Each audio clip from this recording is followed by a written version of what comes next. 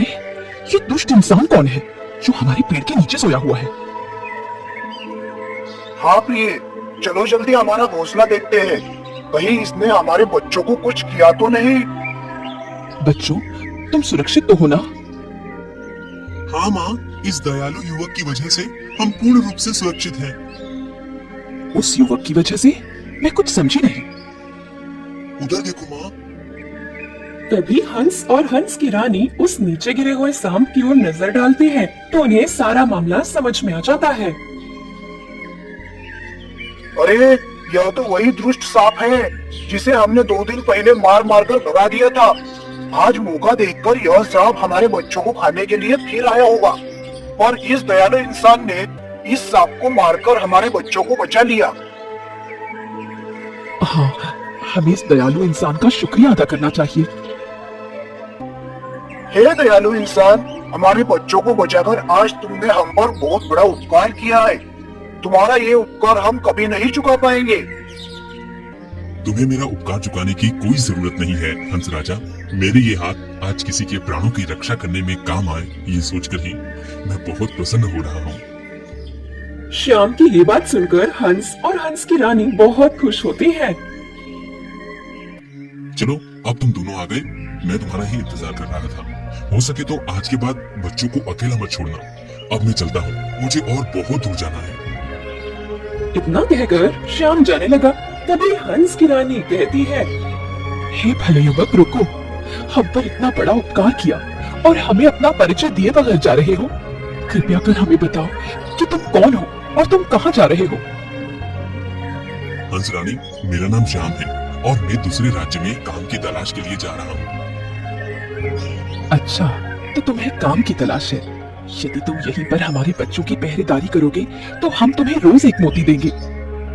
हंस रानी की मोती वाली बात सुनकर श्याम थोड़ा चकित हो जाता और फिर वह कहता है, हंस रानी जी, तुम तो ठहरे पंछी, फिर तुम्हारे पास ये मोती कहाँ से आएंगे?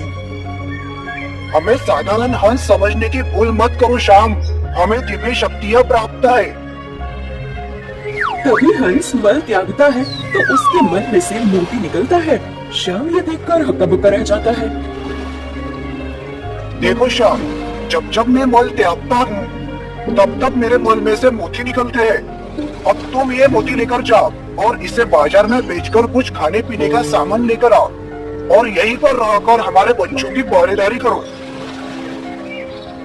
ठीक है हंस राजा। फिर श्याम मोती लेकर बाजार की ओर निकलता है।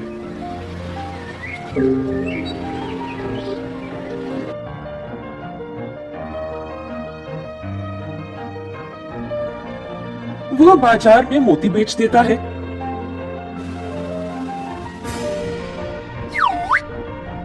और कुछ खाने पीने का सामान खरीदकर वापस उस जंगल की ओर निकल जाता है।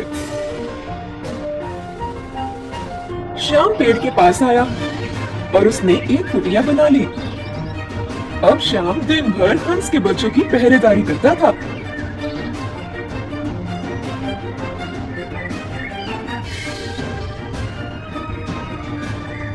और रात में उसकी कुटिया में आराम करता था। ऐसे ही धीरे धीरे 6 महीने चले गए।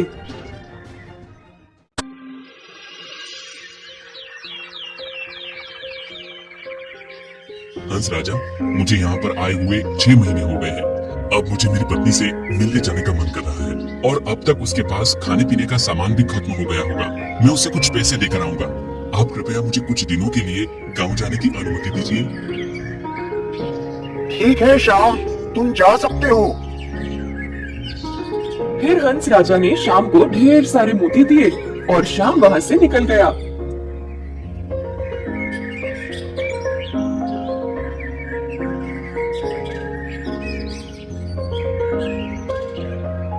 श्याम बाजार गया, उसने मोती बेच दिए और कुछ खाने पीने का सामान लेकर घर की ओर चला गया।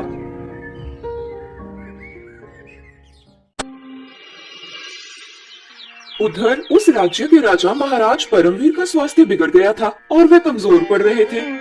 बहुत सारे हकीम और वैद्य आकर चले गए, पर राजा की बीमारी का इलाज नहीं हो रहा था। वैद्य जी, अब तुम ही मेरी आखिरी उम्मीद हो। धीरे धीरे मेरा ये शरीर कमजोर होता जा रहा है।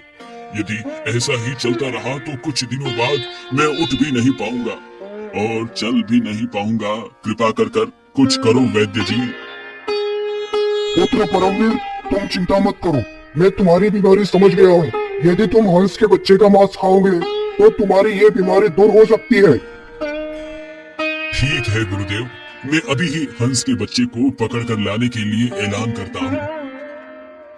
तभी महाराज परमवीर मंत्री जी को बुलाते हैं और कहते हैं, मंत्री जी, राज्य में घोषणा कर दो, जो भी मुझे हंस का बच्चा पकड़कर ला देगा उसे मैं मुंह मांगा इनाम दूंगा। मंत्री जी कुछ सिपाहियों को घोषणा करने के लिए भेजते हैं। सुनो सुनो सुनो, सभी लोग सुनो। हमारे महाराज परमवीर को स्वस्थ होने के लिए हंस के बच्चे का मांस खाने की जरूरत है। इसलिए जो भी व्यक्ति महाराज को हंस का बच्चा पकड़कर ला देगा उसे महाराज मुंह मांगा इनाम देंगे। सुनो सुनो सुनो, सभी गांव वाले सुनो। सभी लोग घोषणा सुनकर बड़े सोच में पड़ जाते हैं कि अब हंस का बच्चा कैसे पकड़ा जाएगा। कोई हंस भला उसके बच्चे को कैसे पकड़ने देगा, किसी को कुछ समझ नहीं आ रहा था। उस भीड़ में श्याम की पत्नी राधा भी थी। तभी राधा के मुंह से निकल जाता है, हंस के बच्चे को पकड़ना तो मेरे पति के लिए बाएं हाथ का खेल है। वो खुद हंस के बच्चों को सुरक्षा के लिए पहरा देते हैं। राधा की ये बात सुनकर सभी लोगों में खुशखुशी मच गई। धीरे धीरे बात महाराज परमवीर तक पहुंच गई। महाराज परमवीर ने श्याम को राजमहल में बुलाया। श्याम, क्या ये बात सच है कि तुम हंस के बच्चे के पहरेदार हो? हाँ महाराज, मैं जंगल में हंस के बच्चे की पहरेदारी करता हूँ। तो फिर तुम्हें मुझे एक हंस का बच्चा लाकर देना होगा। नहीं महाराज, मैं उन बच्चों का प्राण रक्षक हूँ। मैं उनके प्राण कैसे संकट में डाल सकता हूँ? श्याम, मुझे हंस का बच्चा लाकर दो, नहीं तो मैं तुम्हें और तुम्हारी पत्नी को फांसी पर चढ़ा दूंगा। महाराज की ये बात सुनकर श्याम बड़ी सोच में पड़ जाता है। राधा के नादानी ने उसे फंसा दिया था। फिर श्याम मजबूर होकर कहता है, ठीक है महाराज, मैं ला देता हूँ तुम्हें हंस का बच्चा। फिर श्याम हंस के बच्चे को लाने जंगल की ओर निकल जाता है। उधर हंस का परिवार आपस में बातचीत कर रहा था। बच्चों, देखो श्याम आ रहा है। आज वो बहुत दुखी है और एक बड़े संकट में फंसा हुआ है। क्या हुआ माँ? श्याम दुखी क्यों है? श्याम के साथ जो भी हुआ था वह सब हंस रानी ने उनके दिव्य दृष्टि से पहले से ही देख लिया था। हंस रानी वह सब उनके बच्चों को बताती है।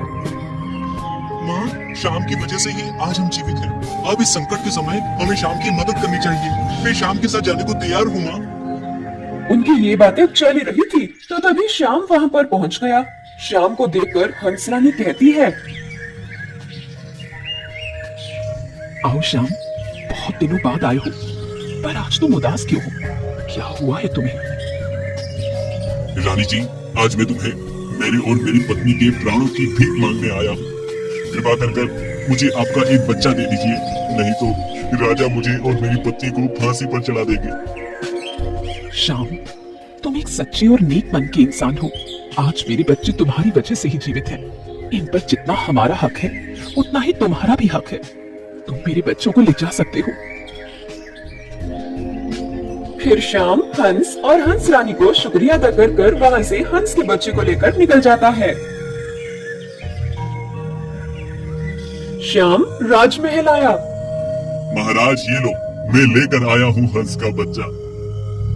महाराज हंस के बच्चे को देखकर खुश होते हैं और कहते हैं, सिपाहियों, इस हंस के बच्चे को पिंजरे में रख दो। इसे मैं कल खाऊंगा और बीमारी से मुक्त हो जाऊंगा।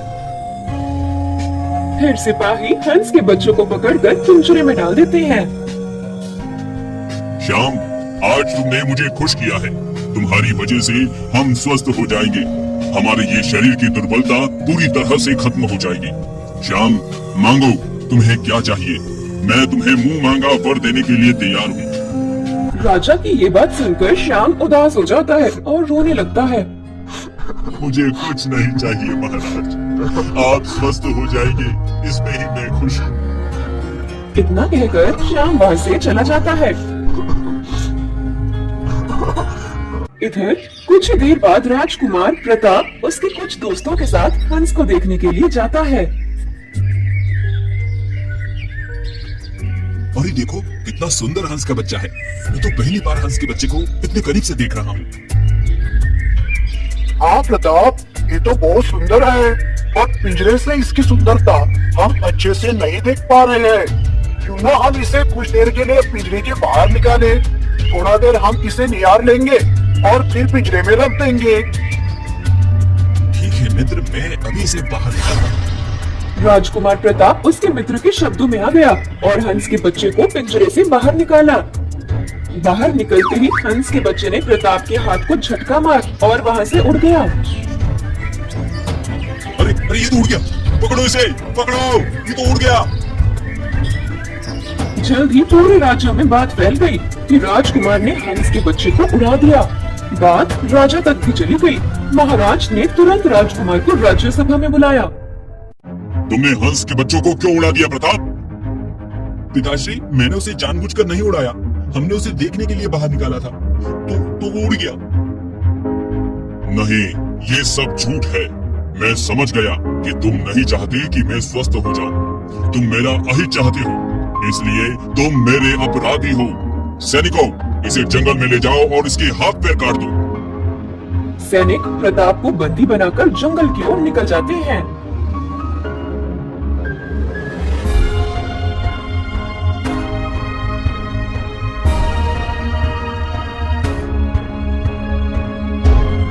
हंस का बच्चा उड़ते उड़ते वापस उसके माता पिता के पास आ गया।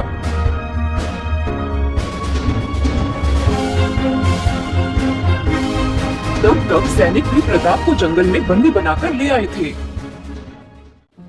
माँ, पिताश्री देखो, मैं आ गया, मैं भाग कर आया माँ। अरे पुत्र, ये तुमने क्या किया? तुम भाग कर क्यों आए? देखो, तुम्हारी वजह से उस राजकुमार की जान खतरे में है। तुम ऐसे वापस नहीं आ सकते हमारे पास अब। जल्दी जाओ और उस राजकुमार की जान बचाओ। ठीक है माँ, अब मैं पूर्ण समस्या हल करके ही वापस आऊंगा। फिर हंस का बच्चा वहाँ से जाता है और सैनिकों पर टूट पड़ता है।